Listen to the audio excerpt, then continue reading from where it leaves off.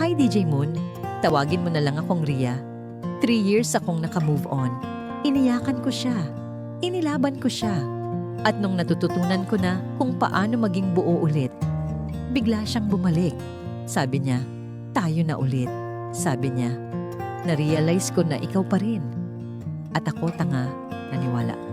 Sa umpisa, akala ko fairy tale. Sobrang sweet, effort, parang dati. Pero habang tumatagal, napansin ko, ako lang ulit yung all-in.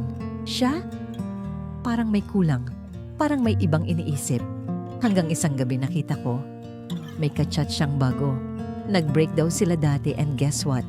Ako lang pala ang panakip butas. Ginamit niya lang ako para maka-move on. DJ Moon ang sakit. Kala ko second chance na.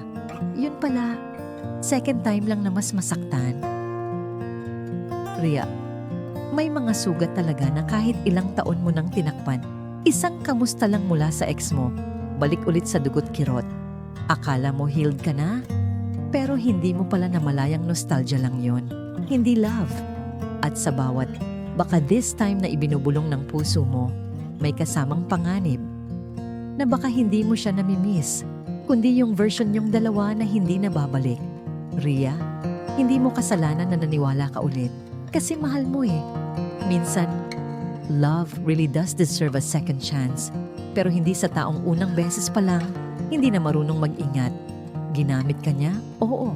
Pero tandaan mo, ang taong ginagamit ka para makalimot ng iba, ay hindi kailanman may balak alalahanin ka ng totoo. Masakit mang aminin. Pero baka kailangan talaga siyang bumalik para mapatunayan mong hindi na ikaw yung dati. Dati, iniwan ka niya. Ngayon, ikaw na ang naglalakad palayo. Dala ang lahat ng leksyon. Sa Ria, ang pagiging tanga minsan ay hindi kahinaan. Sign niya ng lakas ng loob mong magmahal kahit takot ka ng masaktan.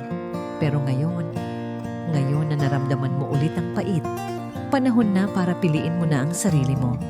Kasi habang paulit-ulit kang bumabalik sa dati, paulit-ulit ka ring nagkakalimutan. This time, huwag ka nang kumatok sa saradong pinto. Maglakad ka palayo. Taas noo. Buo. Thank you for sharing your story. Don't forget to like, follow, and share this page. This is DJ Moon. Ang ate mong malambing pero matalim.